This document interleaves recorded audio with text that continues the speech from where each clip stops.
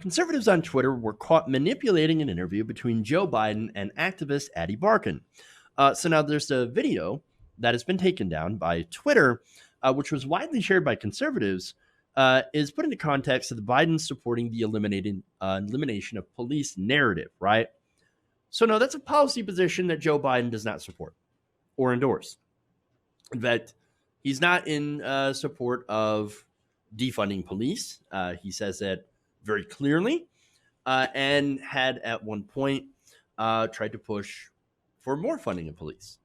So it's kind of a weird thing that they're trying to do, like to say that Joe Biden is in favor of anarchy and all that stuff and mob rule and all that stuff.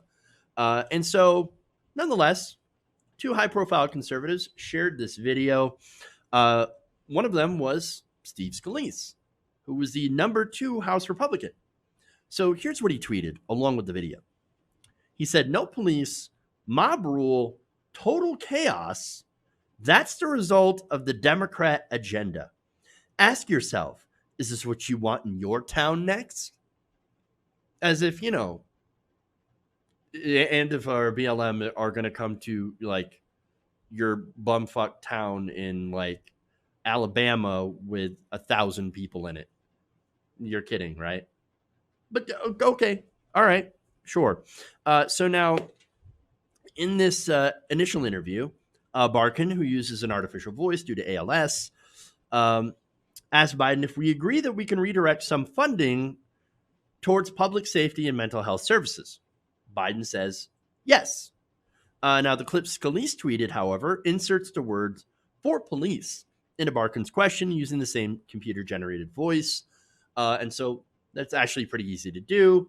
And so, in fact, you know what? Let me show you the original video so that you have context, right? And again, I can't show you the doctored video because it got like eliminated from Twitter and the tweet deleted and everything like that. So let me just show you the original. There's a whole range of things that we can do. The idea of no-knock warrants for drug cases is bizarre. We don't need that. It just invites trouble. That's how Breonna was killed. There's a need for fundamental change in us being able to have transparency, be able to have access to the records of police when they have misconduct charges against them, to be able to know where they are, so they can't go from one police department to the next. That should be held in my administration. That information will have to be made available to the Justice Department and held in a file, so you'll be able to track this. Surplus military equipment for law enforcement. They don't need that. The last thing you need is an up-armored Humvee coming into a neighborhood. It's like the military invading. They don't know anybody. They become the enemy. They're supposed to be protecting these people. So my generic point is that... Do we agree that we can redirect some of the funding? Yes, absolutely. And one of the things that we also need to be doing is fundamentally changing the way, and I've been pushing it for years, changing the way we deal with our prison system. All right, so look, I showed you all that because of the context, right? So Biden's going on about, what he would do to change this and that. And Barkan comes in and asks, hey, can we, agree to redirect some of the funding? All right. So now you can make the case based on that say Biden supports defunding the police. So you were right. Biden supports defunding the police. Okay. Hey, if you listen to that, okay, that's kind of the impression that I got, to be honest with you, when I watched this video. Like, yeah, okay. You redirect some of the funding away from police to mental health services and public safety. Okay. But I'm actually in support of that position. And I'm honest about that. And so, yeah. And of course, why then would conservatives need to add in that for police, right? Why did you need to doctor the video to add in something that he didn't actually say? My guess is because they needed to spell it out, because people are dumb. Or at least they assume their supporters are too dumb to pick up on that. I mean, again, Biden did say, yes, we can redirect some of the funding towards mental health and public safety. That's actually a pretty light position compared to what people are asking for in the left. Okay?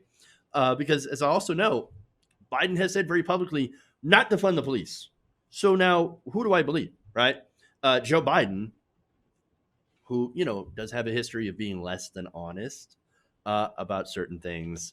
And, well, other factors, for example, his record, right?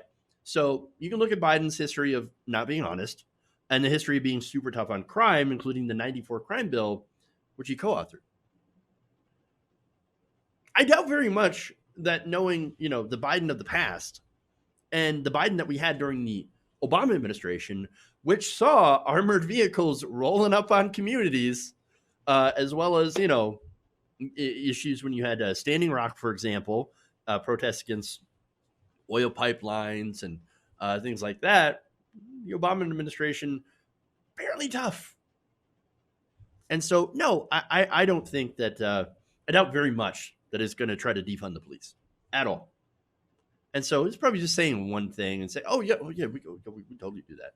And then planning to do something else. Come on. All right. So, no, that's it. It's kind of hilarious how they've gone in on the all-in on the Biden wants to eliminate the police. The mob rule. Really? Isn't that completely, totally inconsistent with the messaging that Republicans talk about when it comes to government? Like, wasn't a few months ago that conservatives were saying that liberals want the government to control your life? Wouldn't that not consist of a large government enforcement agency to police people? I mean, the whole thing about PC culture, PC police, bit ironic.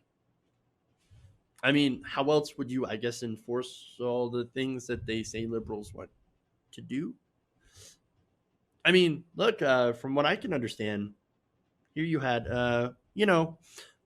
conservatives wanting more military spending, bigger government, especially when it comes to abortion, right? Getting in between a woman and her choice, oppressing black people, black communities by over policing them. Doesn't really make any sense. There's like no consistency here. Okay, there's no consistency at all.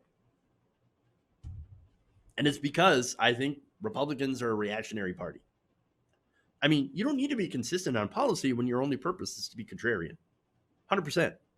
I mean, again, Republicans love to talk about wealthy, educated elites and how much they hate them, right?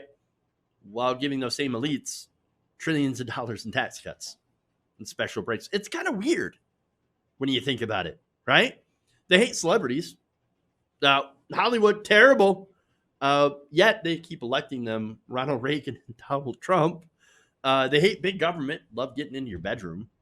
They like over-policing, if you're black, and growing the military-industrial complex to enormous levels, unfathomable levels, while also at the same time telling people that you need to stock weapons just in case your government has become too big and tyrannical. Really? The contradictions never end. Okay, it never ends. And of course, to try to make it make sense, well, they got to lie and distort and convince people not to trust anybody except for their approved sources of propaganda, which now seem to include doctored videos and unsourced Facebook memes. That said, Barkin, not happy about this, right? So he called on Steve Scalise to remove the video, tweeting, quote, "I have lost my ability to speak, but not my agency or my thoughts. You and your team have doctored my words for your own political gain. Please remove this video immediately. You owe the entire disability community an apology." And Liz Jaffe, who co-founded the Be Your Hero PAC with Barkin, condemned the tweet, saying, "To change his words like this is horrific." Now, the video, again, in the tweet no longer exists online because, oops, they got caught. I mean, that's what happens, right? But here's the thing about this, okay? I mean, it feels like we're constantly on the defensive against mountains of bullshit. I just constantly, right? It's as if people are constantly churning out garbage to try to keep us from, pushing progressive policy and to keep us, defending our own positions or making us having to focus on pushing back against just absolute nonsense, which unfortunately doesn't seem to be effective. It kind of makes you wonder if all we really do on indie media is is even having any sort of an impact or even worth it because of how much we are constantly you're swamped with just right wing establishment propaganda. And so it really is kind of frustrating here. And just to see, because every day it's something new, something different, and always horrible.